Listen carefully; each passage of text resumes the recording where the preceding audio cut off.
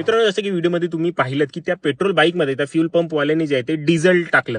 तुमच्यासोबत जर कधी असं झालं की डिझेल गाडीमध्ये पेट्रोल किंवा पेट्रोल गाडीमध्ये डिझेल टाकण्यात आलं, तर अशा वेळेला कुठली काळजी घ्यायची त्याबद्दलचा हा व्हिडिओ आहे. सगळ्यात महत्त्वाची गोष्ट ही पूर्णतः जिम्मेदारी पेट्रोल पंपवाल्यांची असते.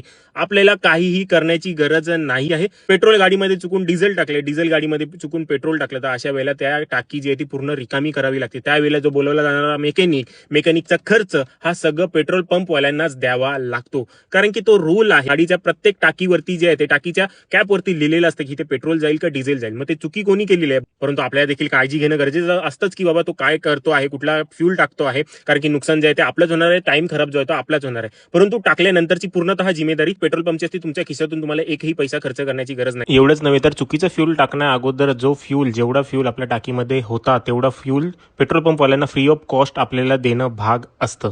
गोष्ट नंबर 1, पेट्रोल टाकता टाकता जर तुम्हाला समजलं तर अशाला तिकडेच थांबून आपल्याला टाकी वगैरे जे ती क्लीन करून घ्यायचे, सगळा खर्च पेट्रोल पंपवाला देईल. गोष्ट नंबर 2, टाकल्यानंतर इंजिन स्टार्ट केल्यानंतर जर तुम्हाला समजलं त्यावेळेला देखील खर्च जो आहे तो सगळं पेट्रोल पंपवाल्यांचा असतो, जिम्मेदारी पेट्रोल पंपवाल्यांचीच असते. परंतु अशा वेळेला तुम्हाला फ्यूल लाईन, टाकी वगैरे जे ते क्लीन करावी लागेल. इंजिन पर्यंत जर ती गोष्ट पोहोचली तर अशा वेळेला डॅमेजेस होऊ शकते आणि काही